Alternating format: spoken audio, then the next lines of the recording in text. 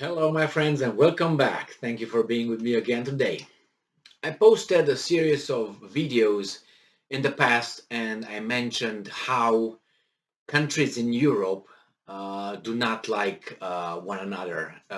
Not the countries, because countries are formed of out of people, out of nations, and it seems like I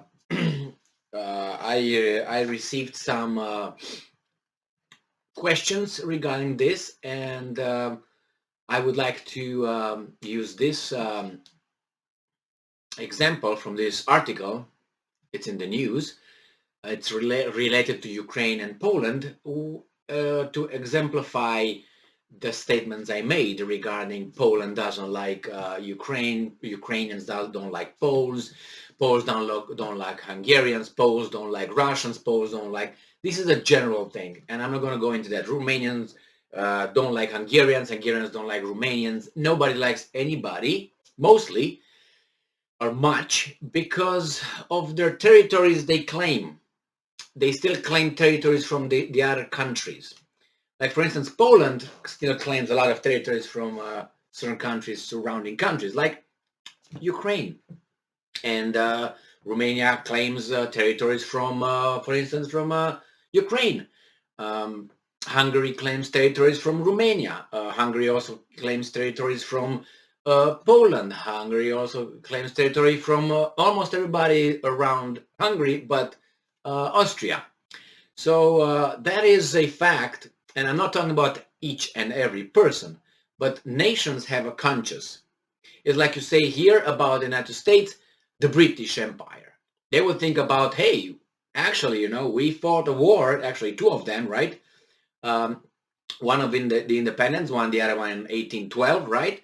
So we laugh, or Americans laugh, and they consider them like that. Or if you talk about Japan, you think about the Japanese, Pearl Harbor. That's what you think. And this is a young country. Talk about a country who had neighbors for about 1,000 years or more than 1,000 years. That's a lot of Pearl Harbors and a lot of wars of 1812 in those 1,000 years. You know what I mean? So all those things create a national conscience on both sides. It's not only one did this to this one. No, there's like this. So this was the reason. Look, if you want in Romania, Romania wants something from Bulgaria. Bulgaria has something Romania claims. Serbia has something Romania claims, and Romania has something that Serbia claims, and so on. But it's a lot of things, including, if you want to take, as I always mentioned, the old Prussia, northern part of Poland, who belonged and should belong to Germany. And then we got Kaliningrad, which German, but now it's Russian. See, even if a German said, "Oh, we don't have any," oh, it's fine, you can keep it, But still, Gdansk, Danzig in Poland, German. See, all these things exist, and I will use this article. There's two of them, but I will use mostly the title of it to make the point.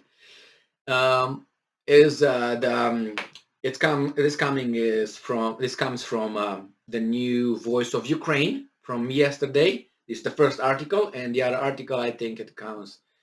Let's see if I save that one. Must be coming. Yeah, the other one is from the 22nd. It's from Ukrainska Pravda. So we got the first one, which this is the title of the first one, and I will analyze the words used. Ukrainians not refugees, but guests in Poland, country's President Duda says in Ukrainian parliament. So Ukrainians that are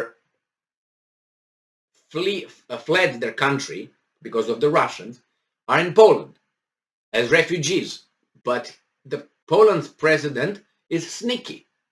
He says they are not refugees, they are guests, trying to imply that, hey, and the article talks how Duda, the president, talks about how we love Ukrainians and they are our guests. But you remember before the war started between these two countries, Ukraine and Russia, Poland was the pariah of Europe regarding the rights of the minorities and immigrants and refugees. So when he says this, Duda, they are our guests, not refugees, let's think about the meaning of the words. What's a guest? A guest is someone who comes in, visits you, and then goes back home, correct? Yes, that's a guest. The second one, what's a refugee? A refugee is one who flees another country and comes to your country. Do they go back? Do they go back? Look in the United States and tell me how many refugees from Somalia went back. Or how many refugees from whatever. Look in Sweden. How many Chilean refugees went back in the 80s and 70s? And look at, for instance, that in many other countries, when you get the refugees, they tend never to go back. So Mr. President Duda wants to make sure under the disguise that he loves the Ukrainians, you're here temporarily. You're going to go back to your country. So this is the underneath the veneer of, no, he's a nice guy. He tells them you're here, and then once everything is okay in your country, you're going to go back in your country and so on. No, he doesn't want them over there. That's the underneath. Or you can say, Emily, you're paranoid.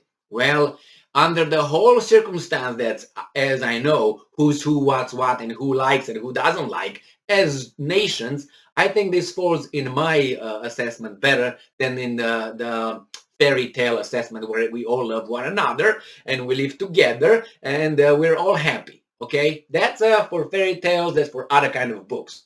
All right. So this is the sneaky thing. Now we go to the other one that's gonna even make a bigger point, or is gonna reinforce my point, where we have Zelensky. And here's Zelensky, the same subject. And we have a picture of Zelensky and Duda, like they're in college buddies, you know, with them. All right. So let's see what Zelensky says with the same thing when Duda visits. And it's from Ukrainska Pravda from May 22nd. Zelensky wants to remove the pressure of the past from relations with neighbors who are not aggressors. I repeat, Zelensky wants to remove the pressure. So there's a pressure of the past. What did I tell you? From relations with neighbors who are not aggressors. And we have the picture of Polish president. So it's clear. He wants to remove the hatred between the two nations that was accumulated in the past. And Poland is not an aggressor. So obviously, it says here that President Volodymyr Zelensky believes it is necessary to remove the pressure of the past from Ukraine's relations with all neighboring countries that are not aggressors, including Romania. Well, if you give back the northern part of Romania, would be greatly appreciated. If that fake country, illegal country, Moldova, would come back to Romania again, we're okay with that. And many other things. You know what I mean? How will you do it? You want everybody under this guilt thing that you're hit by the Russians. Everybody say, "Oh, we love you." You can't, you know, we have a saying in Romania, probably is here too. In the spring, when you see a flower blooming, doesn't mean the spring already arrived. You have to see many flowers blooming in order to say, yes, spring is here. The same here with this little situation where you are and, oh, let's all be friends. You can't and will not erase the 1,500 years since the Romanians were close to, for instance, not Ukrainian, but Slavic people. Well, they came in the 4th century or something. And the Hungarians came in the 10th century, 9th, 10th century, right? I'm not talking about the Huns. The Huns are not Hungarians. Even they might try to do the connection, okay? So, nevertheless, this is, and he says, quote, "We must resolve disputes and remove the pressure of the past from our current relations with all Ukrainian neighbors who respect us and are not occupiers of our state." So there you have it. What do you want? This is reality. They're friends right now because they're on the same boat. Tomorrow it might be a different story and they could be fighting. All right? So no, they don't like one another.